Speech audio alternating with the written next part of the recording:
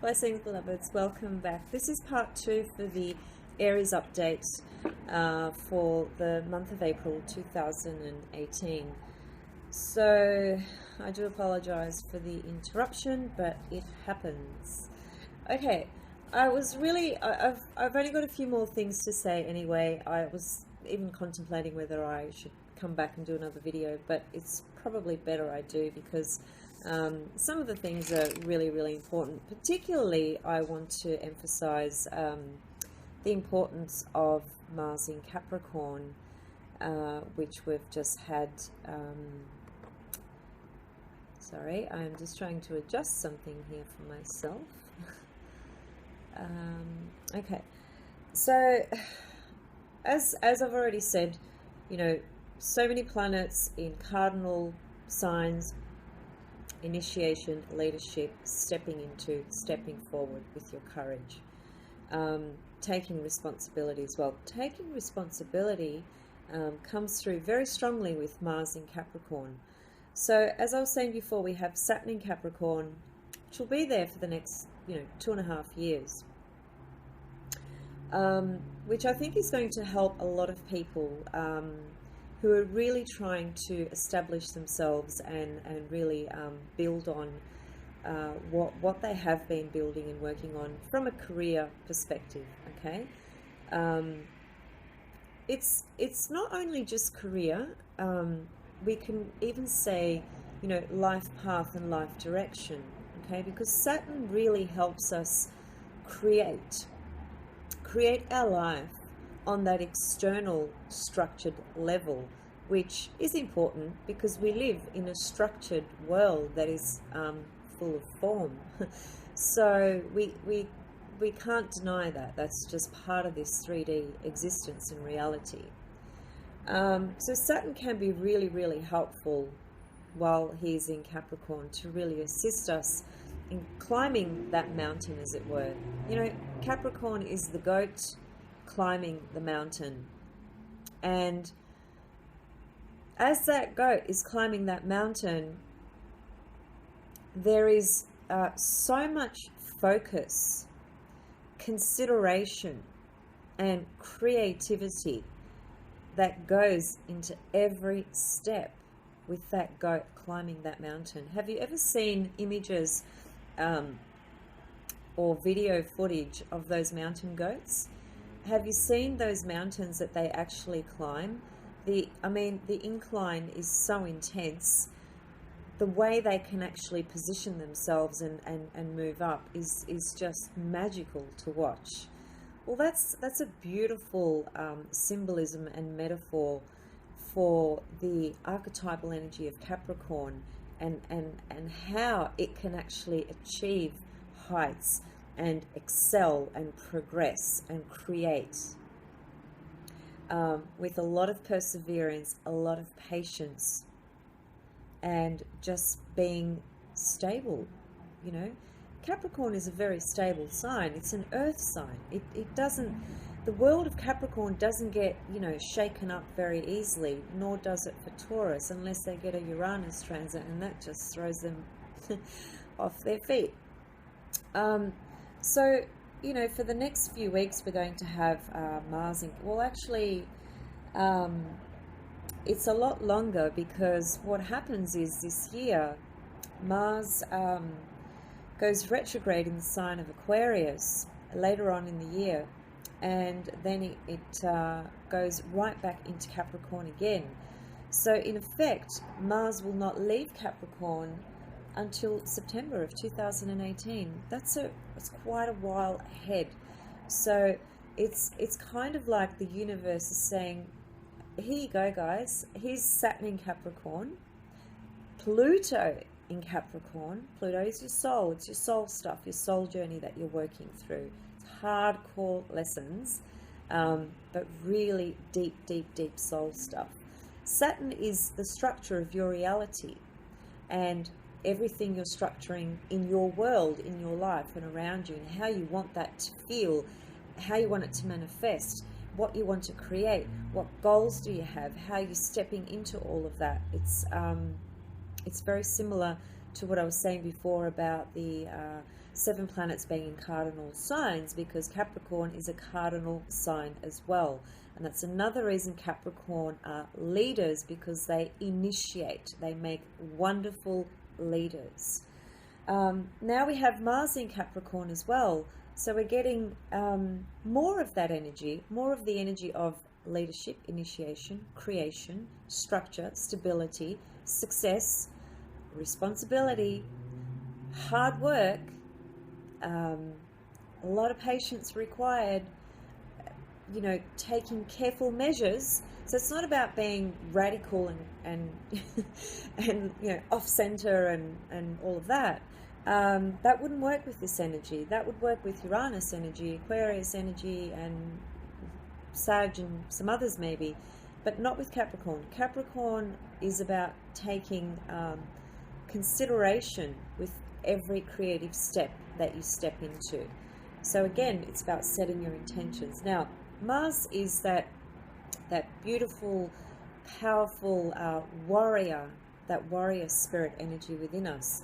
It's what enables us to fight for what we want, for what we believe in, for what we love, for what we want to advocate for, you know, whether it's in our own life or for people in our private personal world, or whether it's in a particular role or professional position we have where we need to be the voice for others. I would like to be a voice for all the animals that are being slaughtered on this earth, and I try and do that in different ways, but that's another story. So Mars is that ability to have that courage to strive and fight and push forward into your goals, you know, into anything you want to create, essentially. It's that willpower, that drive, I mean, Mars is the lower octave of Pluto, so Pluto is the powerhouse, the big guns. That's what really connects to the overall sense of will, because it's the soul's will. And Mars is kind of, it can be the ego will. So sometimes that can get us into trouble, because the ego, as we know, has a very selfish function and component to it. So it can act in a very, pardon me, in a very pushy and selfish way to achieve what it wants, but it can hurt other people around it, right? So Mars doesn't consider the other person standing next to them. I mean, a perfect example is with athletes. You know, when you've got two people, say that they're about to race, you know, in running, they're standing side by side.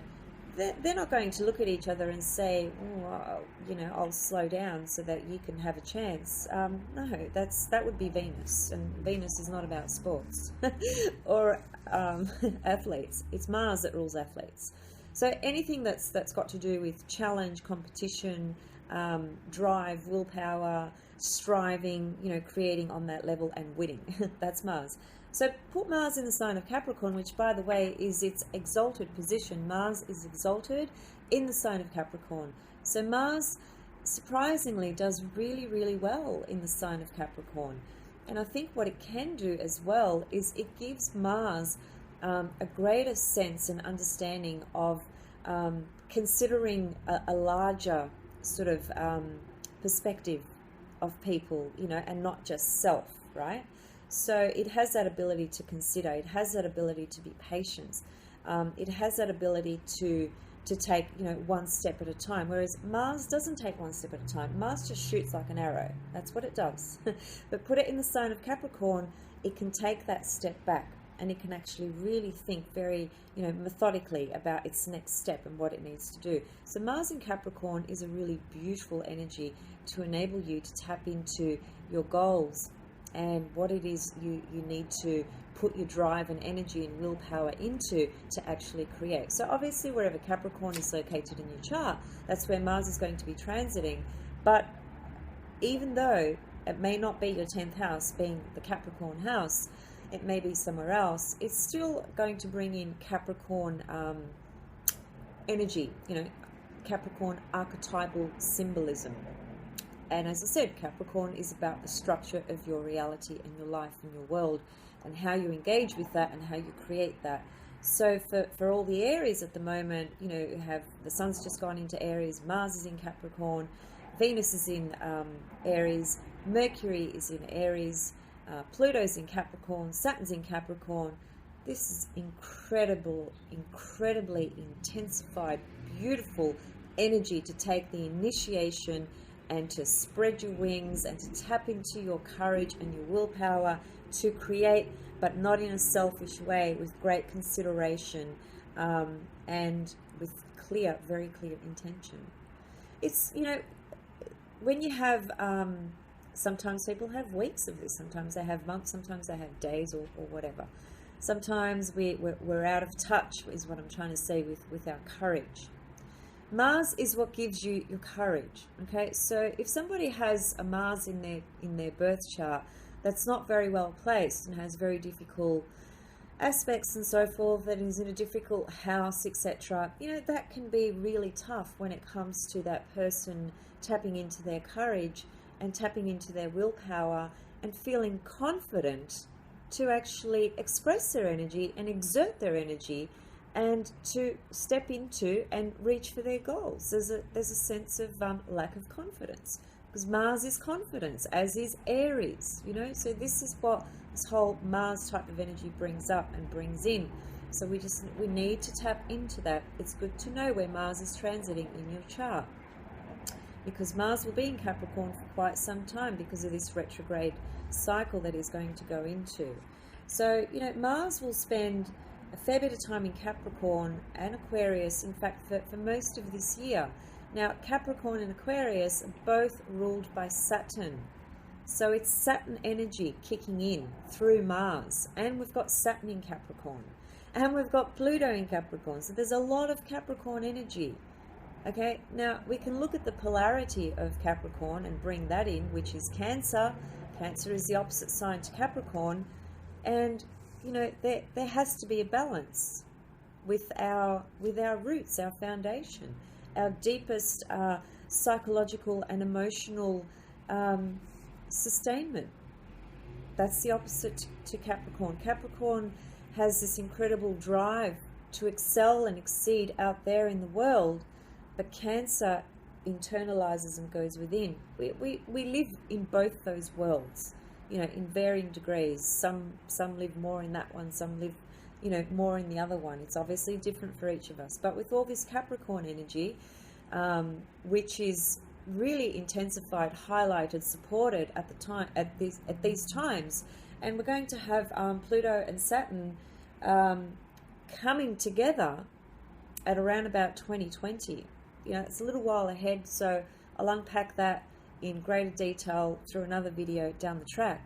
But that's going to be massive. That's going to be a huge time collectively and a huge time individually. We're talking about soul and this reality coming together. You know, something is going to happen with those two worlds. A lot of work needs to be done. It's going to be tremendous power for transforming, you know, through our soul's will into this 3D reality. You know, it could bring up a lot of difficult things, but it can also potentially bring up really aligning yourself, aligning your soul with your personality. That comment actually would relate very well to the comment I made in the earlier video, where I was talking about our birth chart being a script. And if we're not in touch with our script, then we're out of touch with it, obviously, which is a struggle. It creates struggle in life, you know. We're in touch with the script. We may go through struggles, but there's meaning. There is meaning that we can associate with that struggle. And that meaning then produces growth and transformation. This is why it's important to be in touch with our chart, the script of our chart. Now, going back to aligning our soul with our personality, that is the most difficult thing for everyone actually to do, okay? Because what you're talking about is bringing the ego in alignment with the soul, uniting them as one, and then having those two forces actually working together. if that was the case, we wouldn't actually see the suffering and the struggles and the craziness and the insanity that we see in the world today and have for a very long time. It's this split between the soul and the personality that brings up the conflicts and the struggles in a very toxic way. So, Saturn, Pluto, something to do with bringing, the structure of this reality we've created in alignment with our soul, so that they're working together. That's probably the best way I can put it. Anyway, I'll go into that with greater depth and detail down the track, because that's not coming up till around about 2020 anyway. But it's there now, in the sense of, Saturn's in Capricorn, Pluto's in Capricorn, we have Mars in Capricorn. These are all masculine sort of energies, they're strong energies. They demand strength from us, they demand that we step into our power, and get a sense of having, being in touch with our purpose, from a soul level, not just the ego level. The ego will always struggle on its own, the ego thinks it can do it alone, but it can't, it will fall. It's just inevitable, and it happens all the time. So, the other thing that's taking place as well later on this year is that Jupiter will move out of Scorpio. Now, while it's been in Scorpio, and while it still is in Scorpio and will be until November of this year, it connects to a lot of different layers. But if we think about Jupiter as a planet that enables us to expand our horizons, expand our life, expand our consciousness, expand our experiences, and feel inspired to do so, to manifest our biggest dreams through the sign of Scorpio, then it comes through incredibly intense experiences and encounters. Scorpio is the most intense sign in the zodiac. There is no question about that. So Jupiter in Scorpio is asking us to, in order for Jupiter to benefit through Scorpio for ourselves, we've got to plunge in deep. We've got to go where we fear to go. We've got to have that courage and plunge into the depths of our soul, as it were. On a more practical level, Jupiter in Scorpio is very much as well about going deep, but with another. So it can be, because Scorpio is connected to shared resources, so it could be with your partner, shared resources. It could be in a business situation, but somewhere where the resources are shared and they merge together. And there's a lot of, trust has to be there, okay? And Scorpio is the one sign that really doesn't trust very easily at all. Scorpio is suspicious of everything and everyone. That's just its nature. It's its archetypal makeup. It cannot be any different. Not that it can't trust, it can, but it has to get there through incredible depths. When it gets there, it's there. Scorpio is one of the most loyal signs. But before it gets there, it does a lot of probing, a lot of investigating. It's very suspicious. So a lot of these issues can be coming up through Jupiter in Scorpio as well. But anyway, in November, Jupiter moves into Sagittarius, and I'm not going to unpack that now because I really want to talk about that in quite a lot of depth and detail, and I just want to finish this video up for today. I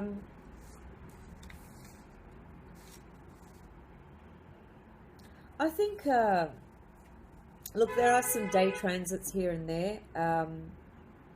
They're not that major, so I might just leave them. Yeah,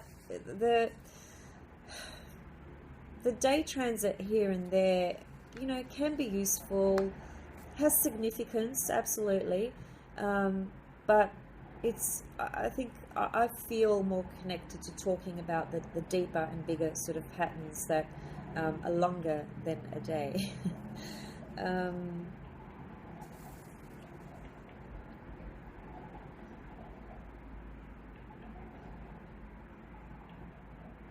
I'll just mention this though, because I think this is important. All new moons are important. So on the 16th of April, which is 3 weeks or so away, we have a new moon in Aries, which is wonderful because we've just had the sun go into Aries, you know, so there's another message there coming through about new beginnings, initiation, giving birth to those things in your life that you want to give birth to. New moon in Aries. It's a beautiful new moon. It is, however, squared by Pluto. So I would expect some pretty intense dynamic energy to come through that new moon, which will be experienced in the days ahead of that new moon. So I guess what you can take from that is just be very aware with this new moon, because it's being squared by Pluto, to not get sort of caught up in drama and intensity that is toxic. Okay, try and use that square from Pluto in a constructive way, where you can tune into your intensity, but just be careful how you exert that energy and what you decide to plant, to plant, what sort of seeds you plant that particular day. Could just be one thought, could just be one intention. It could just be starting something very simple on that particular day, but that has great meaning and significance for you. No one can say to anybody, well, that doesn't mean, you know, that's not meaningful, or that doesn't matter. Because what matters to you matters to you. What's significant to you is significant to you.